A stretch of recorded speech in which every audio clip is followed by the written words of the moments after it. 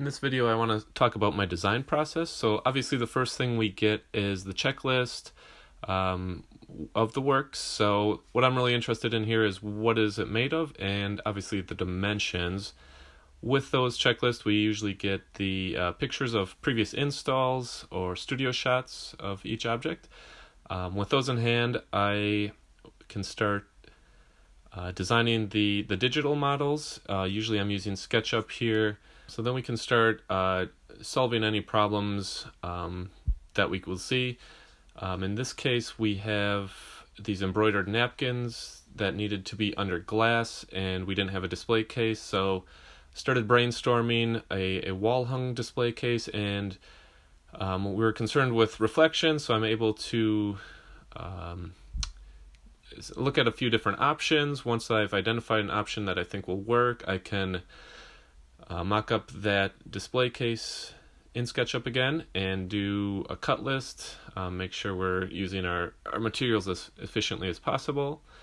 And then once I have that all figured out, I send it back to the artist and go over any of the installation details with them. They'll send back notes. I can put it into my model of the gallery, and we can start to get an idea of how things will interact spatially.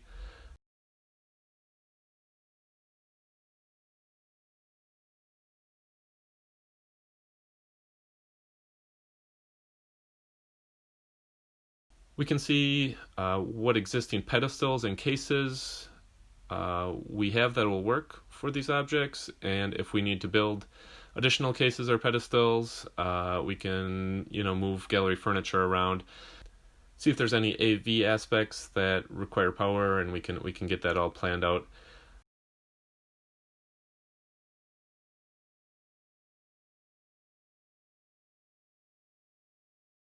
We can change wall colors. We can get a pretty close idea with the color matches from the paint manufacturer's website. Then once we have everything together, we can do a really rough kind of view of what it would look like from the viewer. Check some sightlines here. Make sure everything's accessible.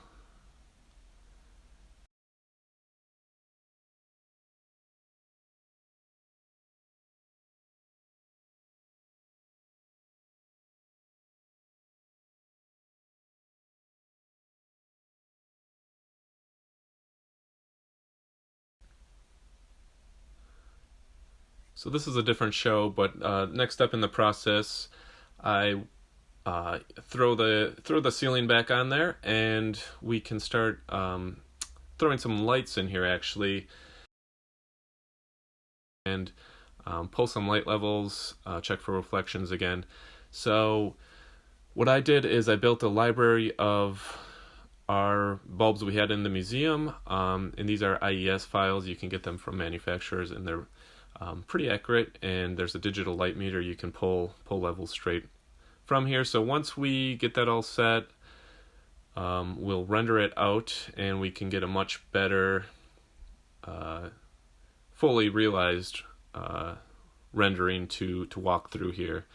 And obviously this has the updated light levels, and we can get real-time reflection, so this is super helpful.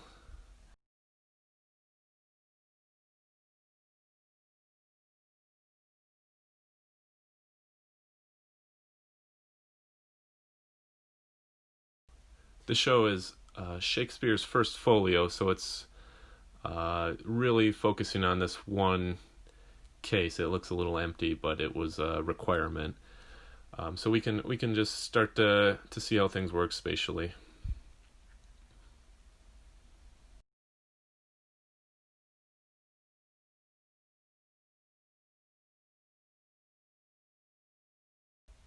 And as we get up to the case, again, we can check for any really bad reflections.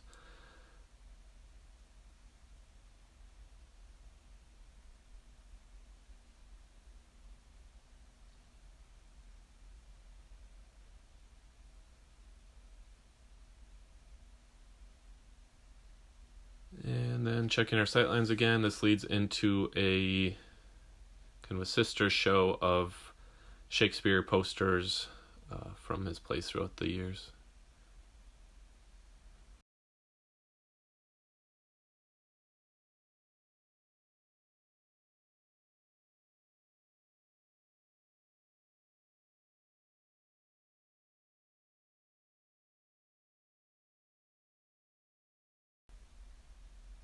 And then at the end here, we just have the final shots of what it actually turned out like. So you can see it's actually really similar. So it's a good tool.